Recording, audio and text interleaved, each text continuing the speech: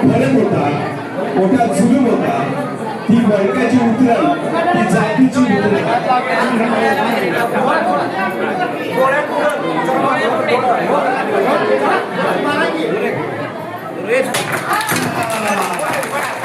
वर्गाची उतरल बोललेली आहे, जाती अंताची सुरुवात झालेली आहे. अण्णाभाऊ साठे यांच्या शिवशाळा समिती यांच्या हस्ते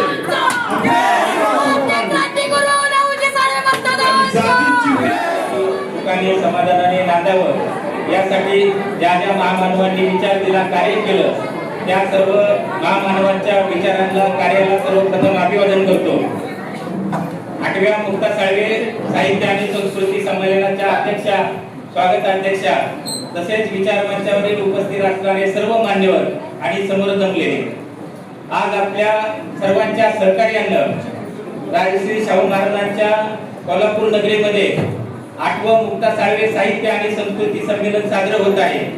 हे संमेलन साजरं होत असताना कोल्हापूरकरांच्या या कार्यकर्ते जे सर्व आहेत, इथे संयोजन समितीतील सर्व कार्यकर्ते, त्या सर्व कार्यकर्ते मागच्या 1 महिन्याभरापासून अथक मेहनत आणि परिश्रमातून आजचं हे साहित्य संमेलन यशस्वी होत आहे.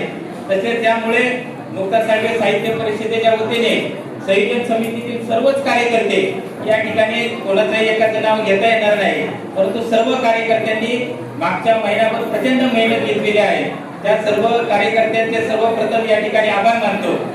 आज 8वं मुक्ता साळवे साहित्य आणि संस्कृती संमेलन साजरा होत असताना आजच्या दिवशी नांदेडला विद्रोही साहित्य संमेलन सुद्धा होत असताना आपल्याला वृत्तपत्रातून तसेच सोशल मीडिया मधून जाणवत आहे.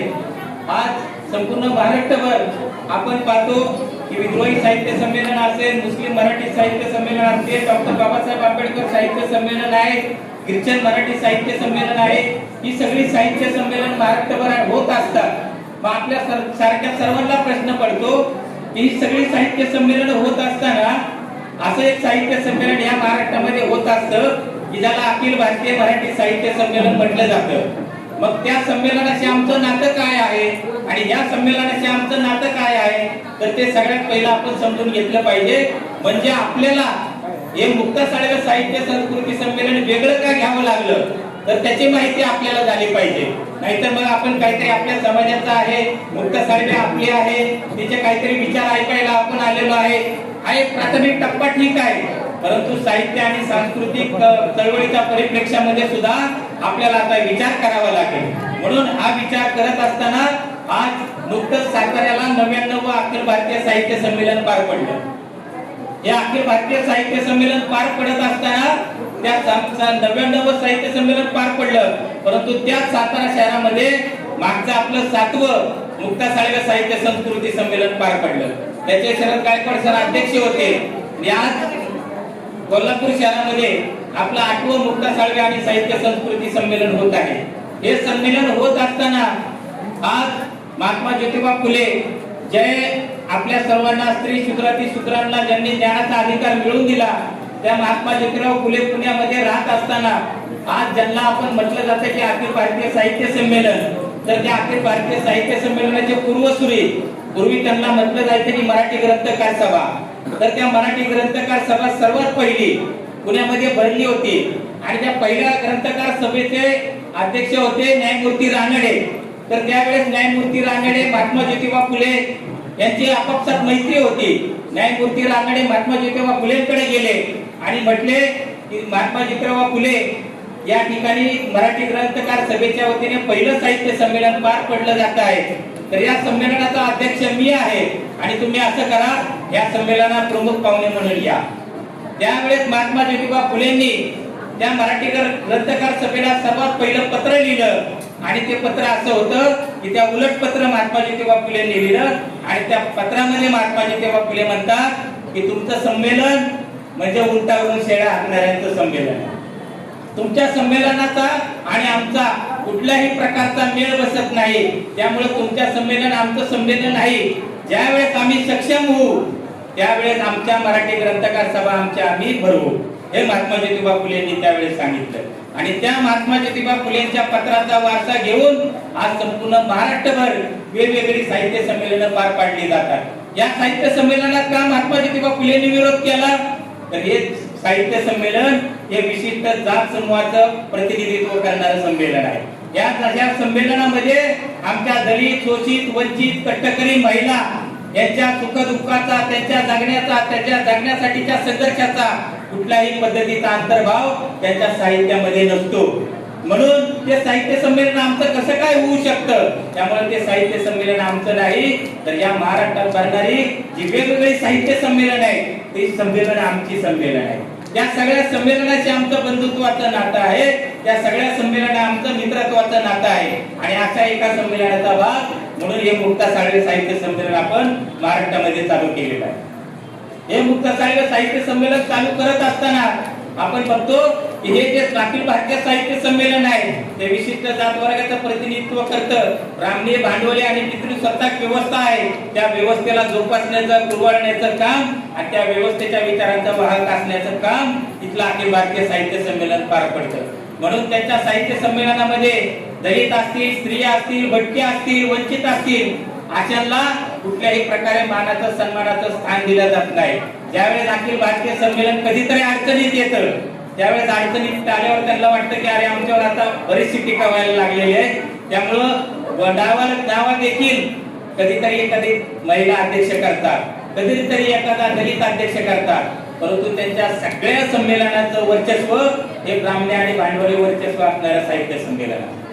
त्या संदर्भामध्ये नागनाथ कोत्तापल्ले म्हणून एक साहित्यिक होते, तर त्यांनी पुणे ते प्रवरानगर हे पुस्तक लिहिलेलं आहे की त्या पुस्तकामध्ये त्यांनी अखिल भारतीय साहित्य संमेलन कसं केलं जातं त्याचा सगळा इतिहास त्यांनी त्या पुस्तकामध्ये लिहिलेला आहे. म्हणून या अखिल भारतीयवाल्यांचं आमचं कुठल्याही पद्धतीचं नातं नाही. आमचं संमेलन कोणतं आहे? आमचं साहित्य संमेलन हे मुक्ता साळवे साहित्य संमेलन आमचं आहे, हे आपण ठरवलं पाहिजे. म्हणून आज मुक्ता साळवे साहित्य संस्कृती संमेलन घेत असताना आज असं सांगितलं जातं की लिखित परंपरा म्हणजे साहित्यिक आहे असं देखील सांगितलं जातं. परंतु इथल्या व्यवस्थेला आमचं सांगणं आहे की लिहिण्या वाचण्याचा अधिकार आम्हाला कुठं होता? आम्हाला लिहिण्या वाचण्याचा अधिकारच नव्हता. त्यामुळं आमची संस्कृती, आमची मौखिक परंपरा हे सुद्धा साहित्याचा भाग आहे. हे आपण सुरुवातीपासून भूमिका घेतली. म्हणून या ठिकाणी आवर्जून उल्लेख करावा लागतो की ज्या वेळेस आपण मुक्ता साळवे साहित्य परिषदेच्या वतीने पुणे शहरामध्ये संमेलन चालू केलं तर त्या आपल्या साहित्य संमेलनाच्या पहिल्या अध्यक्षा कोण होत्या? तर त्या पहिल्या अध्यक्षा या सुरुबाई वाघमारे होत्या. तर सर्वांना प्रश्न पडेल की साहित्यिक म्हणजे काहीतरी त्याचे कविता संग्रह आहे, त्याचे कथा संग्रह आहे, त्याच्या कथा आहे, कादंबरी आहे, परंतु या सुरुबाई वाघमारे म्हणजे नेमक्या कोण आहे? तर सुरुबाई वाघमारे या ठिकाणी आवर्जून मला उल्लेख करावा लागतो की या ठिकाणी बऱ्याचशा महिला या कचरा वेचक महिला आहेत की ज्या अग्नी फाउंडेशन आणि एकटी या संस्थेच्या आहेत. तर त्या महिला सुद्धा या ठिकाणी आलेल्या आहेत आणि त्या महिलांना सुद्धा आणि त्या सगळ्यांना सांगावंसं वाटतं की सुरुबाई वाघमारे ज्या आपल्या पहिल्या साहित्य संमेलनाच्या अध्यक्ष होत्या केलेलं आहे आणि त्या कचरा वेचक महिला,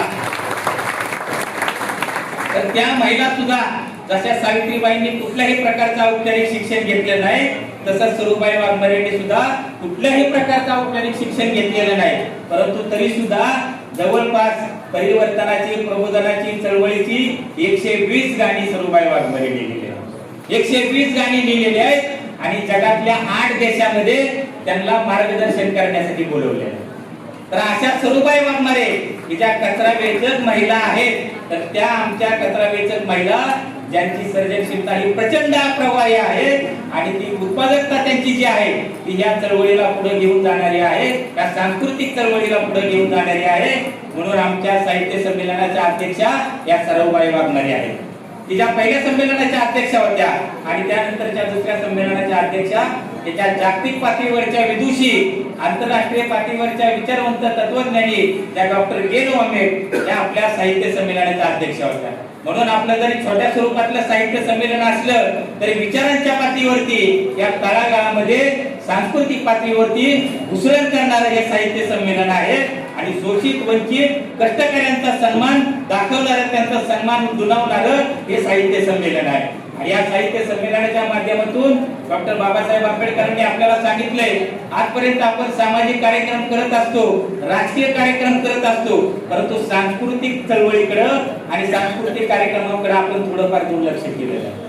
म्हणून मुक्ता साळवे साहित्य परिषदेच्या मार्फत आपण जाणीवपूर्वक सोपान पुढे सरांनी आम्ही ठरवलं की आपल्याला समूहाला जर पुढे घेऊन जायचं असेल तर जशी राजकीय चळवळीची गरज आहे, जशी सामाजिक चळवळीची गरज आहे, तशी सांस्कृतिक चळवळीची सुद्धा महत्त्वाची गरज आहे.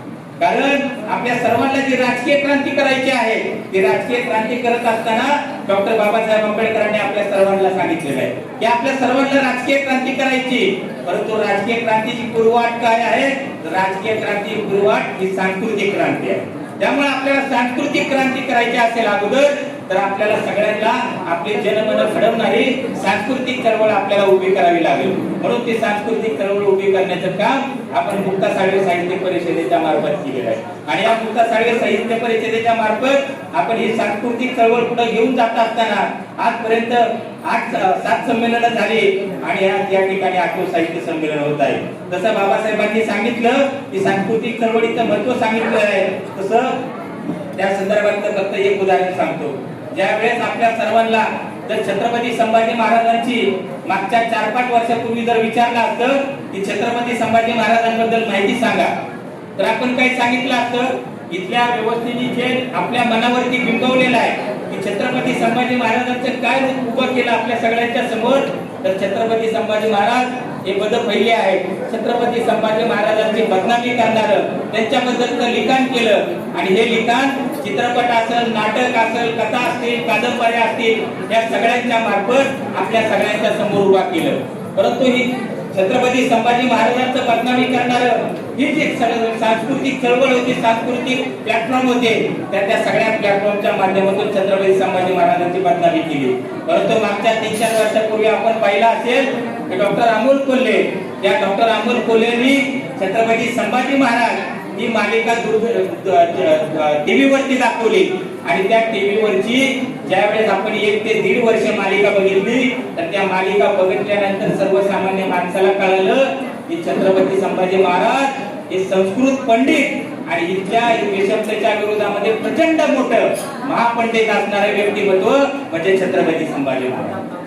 आणि छत्रपती संभाजी महाराजांना जाणीवपूर्वक बदनाम केलं जातं आणि त्यांना जर खऱ्या स्वरूपात त्यांचं रूप जर आपल्याला पुढे आणायचं असेल तर सगळ्या महामानवांचं जर आपल्याला खरं रूप पुढे आणायचं असेल आणि आपल्याला सगळ्यांना मिळून जर राजकीय क्रांती करायची असेल तर सांस्कृतिक चळवळीची महत्त्वाची गरज आहे.